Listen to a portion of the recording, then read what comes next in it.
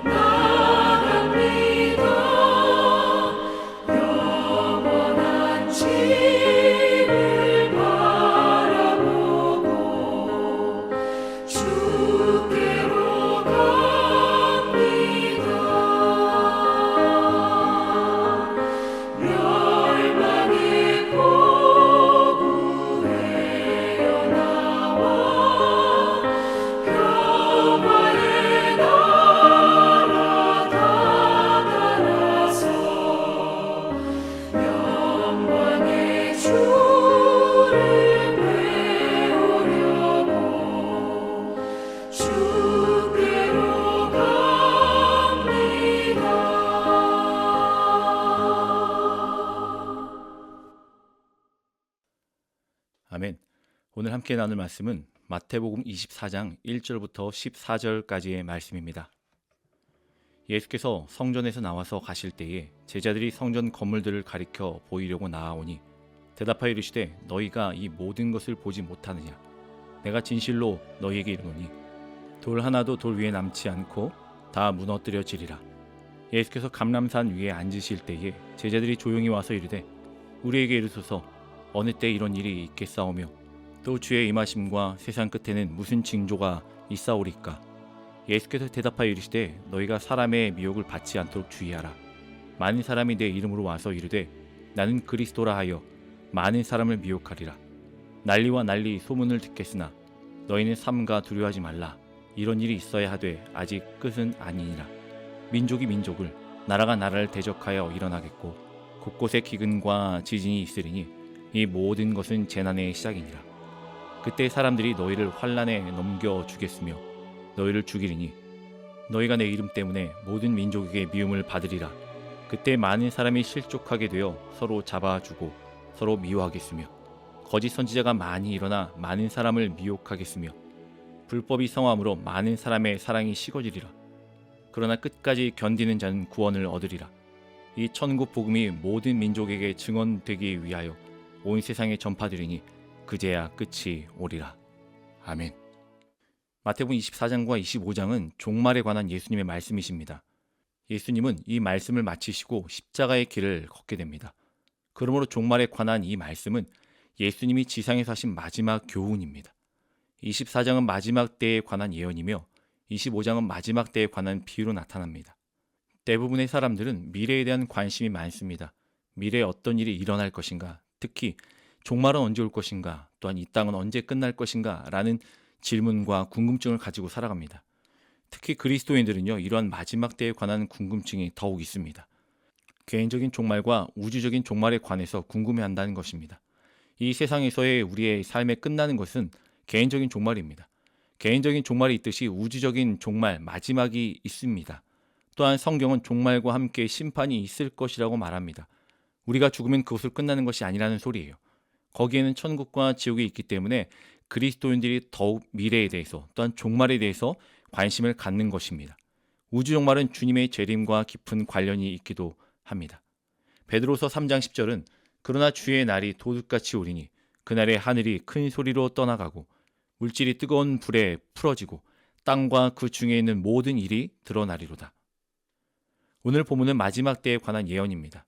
구약에는 예언의 책이 많이 있지요. 많은 예언자들이 나타나 하나님의 백성들에게 하나님의 일에 관한 일을 예언하였습니다. 구약의 모든 예언들이 메시아가 이 세상에 오실 것에 대해서 집중적으로 예언하고 있습니다. 신약에도 예언이 많이 나오지요. 신약은 앞으로 재림하실 예수 그리스도에 관한 예언들로 가득 차 있습니다. 종말에 대한 참된 신앙을 가진 그리스도인은요, 언제 어느 때 주님이 오실지는 모르지만 성경대로 주의 날이 또한 심판이 주의 재림이 가까웠다는 사실을 분명히 믿고 살아가야 합니다.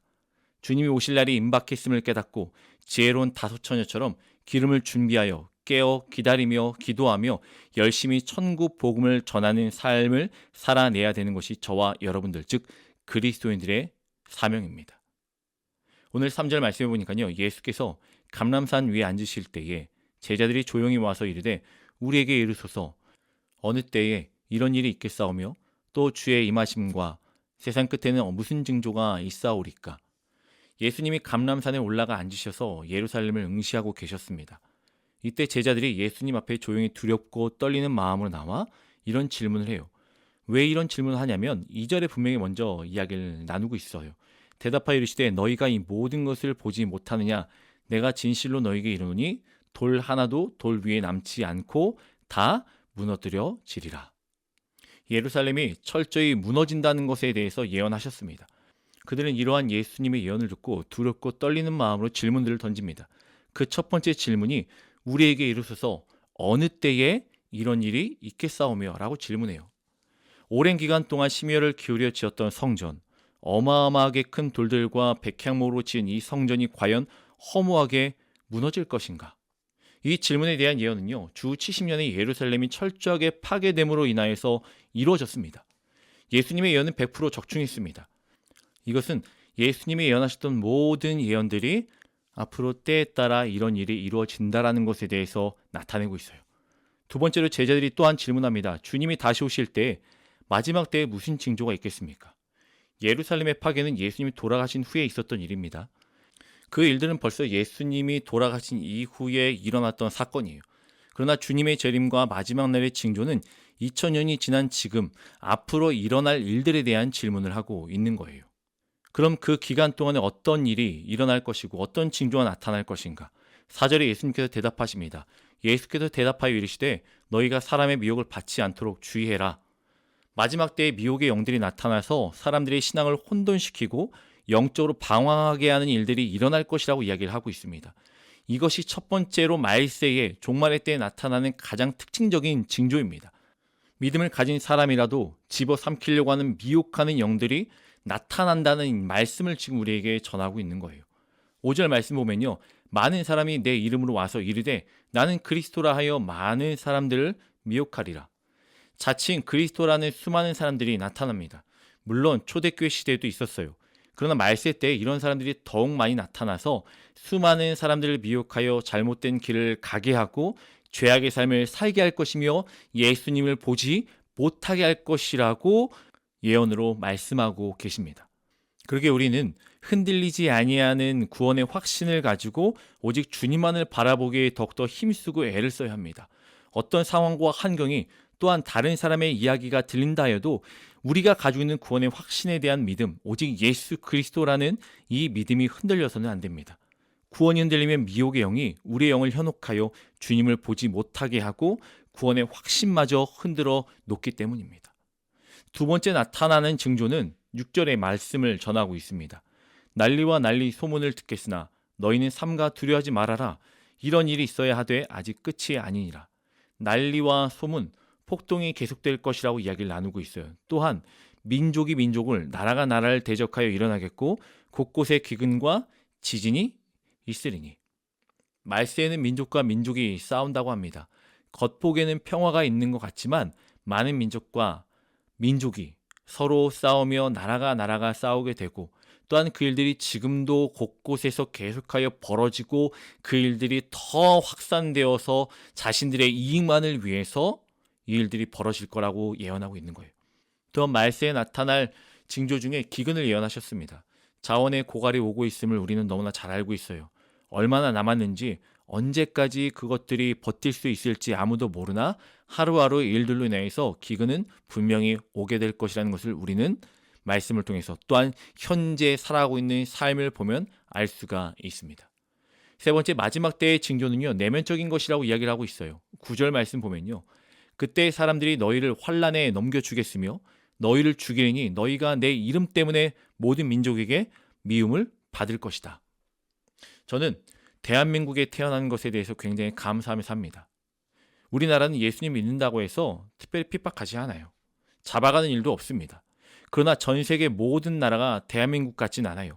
예수님을 믿는다는 이유만으로 핍박당하고 고난당하고 죽임당하는 일들이 얼마나 많습니까? 신앙의 자유가 있는 나라는 생각보다 많지 않습니다. 근데 여러분 우리가 기억해야 될 것은요. 현재 우리가 살고 있는 미국과 또한 우리가 태어난 대한민국이 비록 그런 나라라 할지라도 지금 그 모든 것들이 변하고 있다는 사실에 대해서 우리는 두려워해야 돼요. 괜찮다고 생각했었지만 대한민국도 미국도 수많은 나라들에서와 같이 예수님을 믿는 사람들을 조롱하고 핍박하고 멀리하며 수군거립니다. 예수님을 믿는다는 이유만으로 불이익을 당할 수도 있고요. 교회를 간다는 이유만으로 굉장한 어려움을 겪기도 합니다.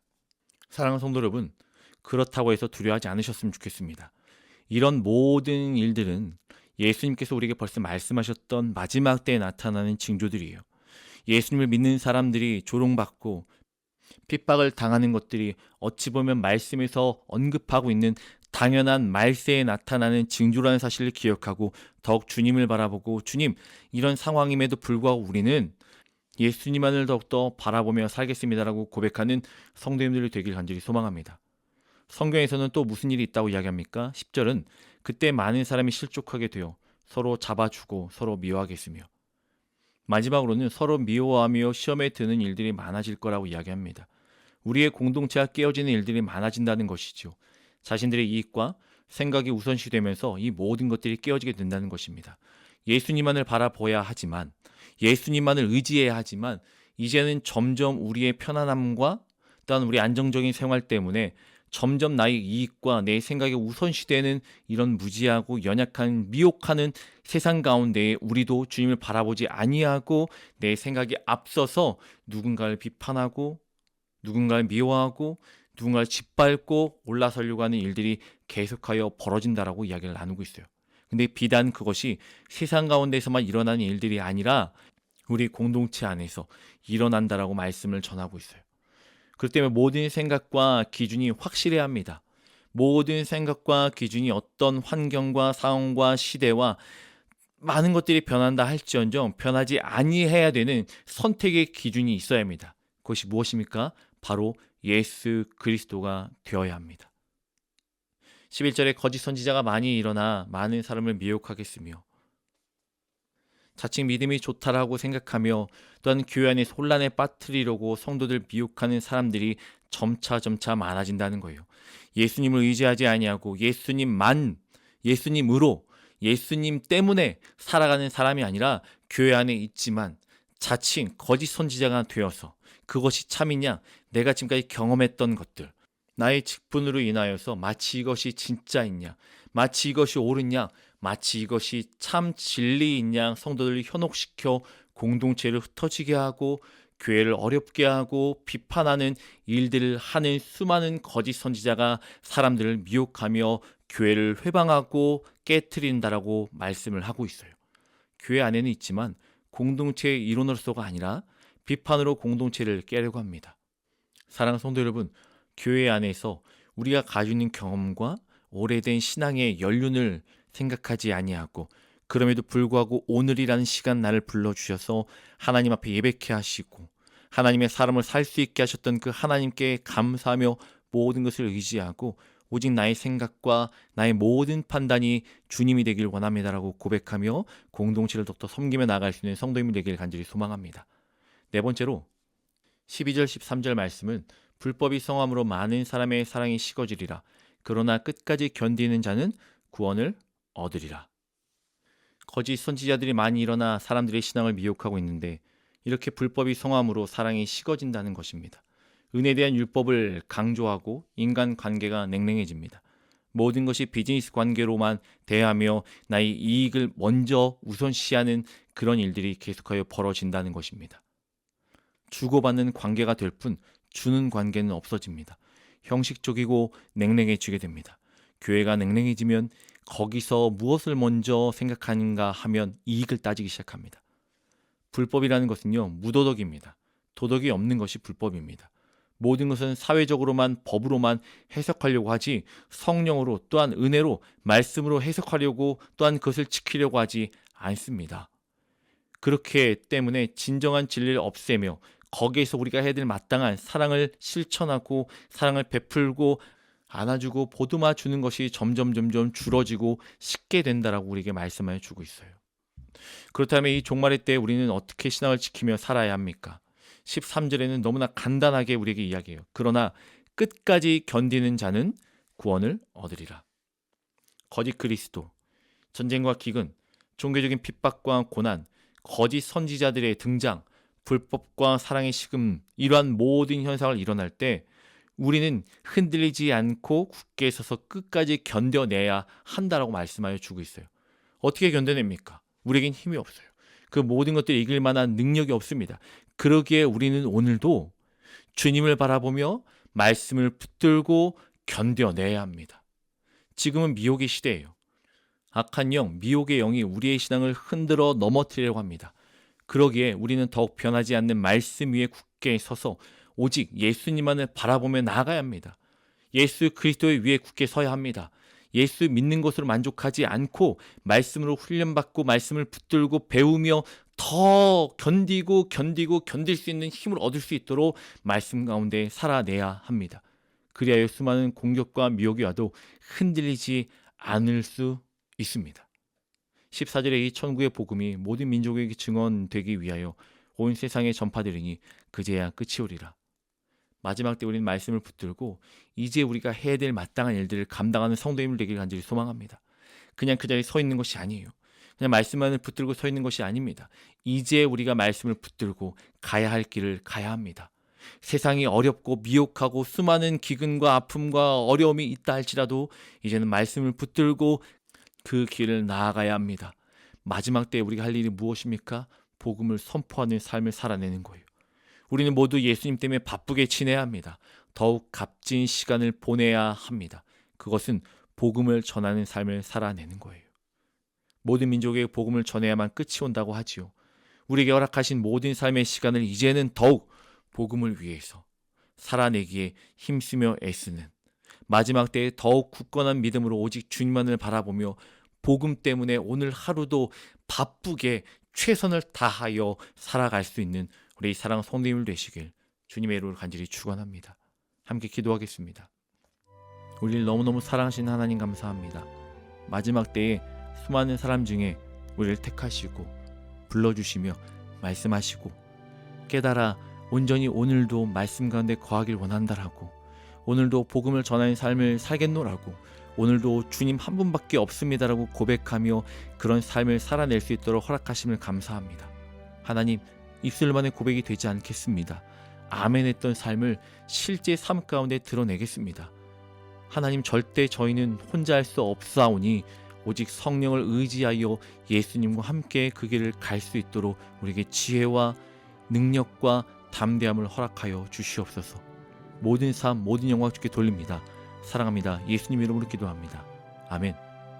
사랑하는 성도님들, 오늘 하루도 예수님 때문에 행복하고 예수님 때문에 바쁘고 예수님으로 인하여 모든 삶의 만족이 있는 사랑하는 성도님들 되시길 주님의 이름으로 간절히 축원합니다.